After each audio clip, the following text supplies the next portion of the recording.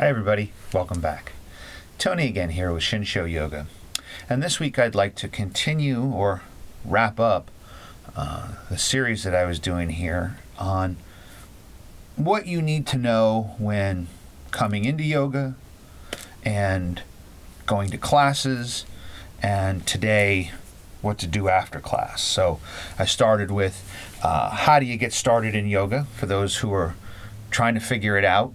That was the first video.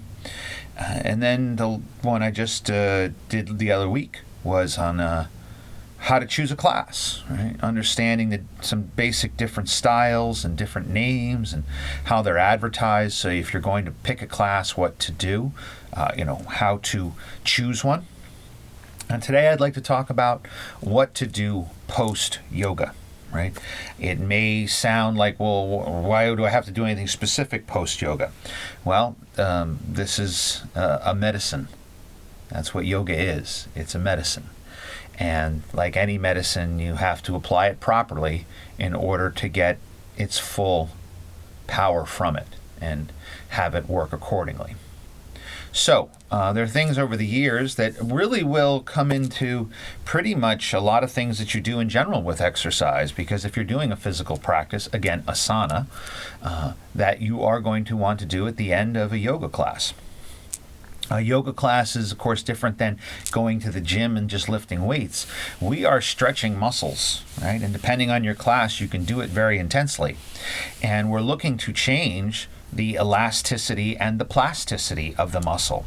The elasticity is its ability to be able to stretch and snap back, right? We work primarily, although we do get into heavier muscles, right? We work primarily with the fascia, which is a layer of muscle just directly underneath your skin that wraps through the whole body and around your viscera. And it's like a big rubber band. And over time, that can lose its elasticity. So one of the things we do in yoga is look to work that like you would work something that's gotten stiff over the years, to be able to get it flexible and pliable again so it can expand and contract. Also, we look to set the plasticity, right? Plasticity of the muscle is the resting state it stays in. Does it stay in a lengthened state or does it stay in a contracted state? When you see people who go to the gym often and they've got those, muscles and they're all tensed up all the time, that's a contracted state. That is not, in the view of yoga and most Eastern medicines, a healthy state. We look to have length in the muscles. You want them long. And that's what we look to do in yoga, is lengthen. That's why when you see people who do yoga, they get an unusual shape to their body if they're a regular practitioner. It's generally more of a feminizing shape, not that kind of heavy brawn shape that you would see from working out that's more considered a masculine shape. It's going to lengthen muscles, and whether or not you like the view of that, it's what's healthy. That's what keeps you limber and mobile, and also energetically wise gets the what's called ki or chi or prana, that's the energy throughout your body, moving through the body, because that moves through fascia. And when it's contracted, that's closed off. Those gates close. When it's lengthened, it's open. So we look to manipulate that in yoga and get that back to a healthy state, right? Or if we're in a healthy state, continue that. But that requires some aftercare of the practice, right? Because the practice in general is going to be a certain level of intensity and a certain amount of strenuous activity that you're doing, especially, again, physical asana. So you need to take care of yourself afterwards. And there's basically three things that I recommend people to do after class. One, stay warm, right? That's the first and, in my opinion, the most important. Now, a lot of people I see, you get after class and they go, especially it's a morning class, they got to go to work, right? They come in, they do their class, they change and go to work, or maybe they change at work. Maybe there's a place for them to do that, or maybe they go out, they say, oh, let's go get breakfast now, let's go get this, let's do this and that, or let's go shopping, this and that. Your muscles, after heavy work, right, need to stay warm or they will recontract. Now, this is different for different people. Some people's bodies, this is a serious problem. Some people's bodies, this is not as serious of a problem. I am on the serious end of that, right? I taught a class this morning, and I was actually doing the class along with the students, and afterwards I had to take care of some errands, and now I'm doing this video. I have not been able to do my post-yoga routine, and I am feeling it. I can feel it in my shoulder, I can feel it in my back. And one of the things that, again, in the staying warm, I recommend to people is take a hot shower or a hot bath. Right? Hot bath is great. If you heard hot bath and you're like, I don't take baths, you want to soak. Look, if you have a hot tub, that's even better. You want to soak and allow the muscles to stay in their relaxed state, right? Once you have worked them to stretch them like that, they're kind of like, As they get cold and as you go back through your regular routine in the day, they start to do this. This is where people I know will say to me, oh, I did yoga, but the next day, Tony, I couldn't move. Well, what did you do after class? None of them have a post-yoga routine. And if you want the greatest benefit from this medicine, you need to have one. And the first thing is to stay warm. I recommend to everybody, when you're done with your class, go home. Don't go shopping. I understand there's errands to do and things like that. I get it. But if you want the most benefit, this is what I'm recommending.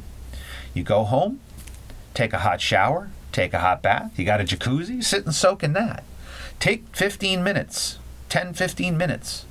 Get warm. Let the muscles stay relaxed. When you leave your class, put something on to keep you warm. One thing that sweat does is it tenses up the muscles as the wind hits it.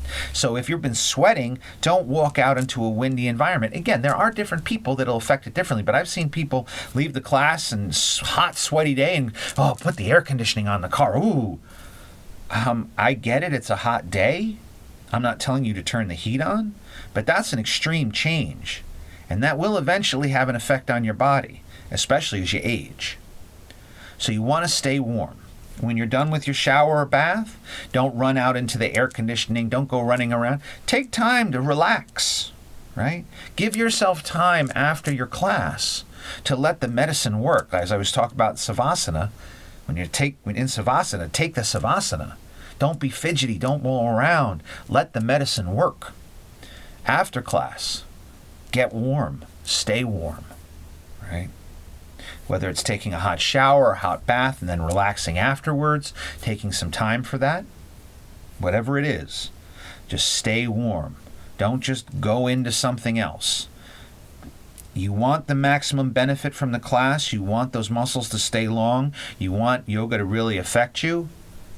Stay warm after class. The next thing I would recommend to you is have something good to drink in the way of water. I know a lot of people have words they'll say, let's go get coffee, this and that. You should hydrate. It doesn't mean you have to, drink a gallon of water or this and that. But, people have juices and things like that. That's fine too. Coconut water is wonderful. You do need to replace some of the electrolytes if you've been sweating, just as you would anywhere else. But lack of hydration can also lead to muscle tension and cramping, right? And lack of electrolytes. If you've been sweating out potassium. Coconut water is a wonderful thing after class. Coffee is not. I like coffee, trust me. I had it this morning, right? But it's not what you really want to have as kind of a post-yoga drink.